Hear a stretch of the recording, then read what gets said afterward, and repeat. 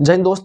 आज हम लोग समझेंगे कि भारत देश है जो लड़ाइयाँ जो लड़ रहा है वो कितने सालों से लड़ रहा है, इस चीज़ को समझेंगे। मेरे दोस्त, ये बहुत लंबी लड़ाई है। भारत जो सामना कर रहा है वो समझिए। तो सबसे पहले मैं लड़ाइयाँ की बात करूंगा। जो लड़ाई 1962 में, ठीक है, चाइना के साथ युद्ध हुआ था।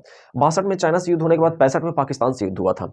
65 में जो पाकिस्तान से युद्ध हुआ था वो किस लिए हुआ था? तो कच्छ के रण के लिए हुआ था। कच्छ में रण बोलता था मेरा कब्जा है।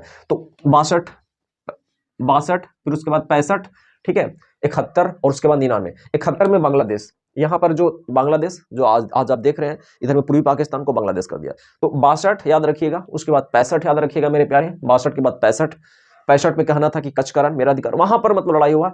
और 71 में बांग्लादेश जो जान रहे हैं। 99 में फिर कारगिल युद्ध हुआ, जिसमें कश्मीर पर कब्जा करने के लिए बोला कि कश्मीर हमारा है। तो ये लड़ाई भारत और पाकिस्तान के बीच हुआ। 65, 71, 99 याद रखिएगा। 65, 71, 99 पाकिस्तान से युद्ध हुआ।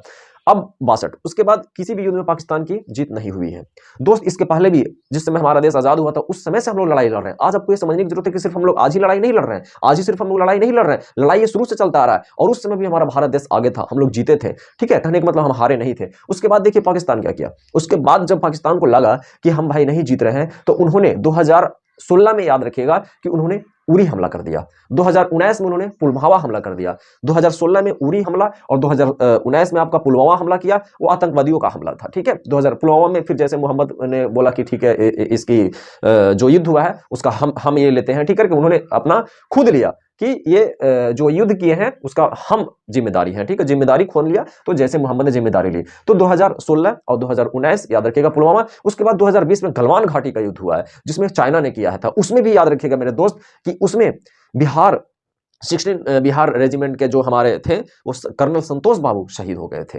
सोचिए, ये बहुत, मैं उनको नमन करना चाहता हूं। ठीक है, मैं नमन करता हूं उनकी वीरता के लिए। तो कहने का मतलब ये लड़ाई शुरू से चलती आ रही है, ये आज लड़ाई नहीं है। ये आज आपको लग रहा है कि आज लड़ाई है, तो ये आज की लड़ाई नहीं है, शुरू से है। आप 62 याद करिए, 65 याद कीजिए, 71 याद कीजिए, 99 याद कीजिए, 2016 याद कीजिए, 2019 याद कीजिए और 2020 याद कीजिए। अभी यहाँ 2023 चल रहा है। तो मेरे दोस्त, ये लड़ाइयां शुरू से चलते रहे, तो आज आपको समझना, और हर लड़ाइयां में हम लोग जीते हैं।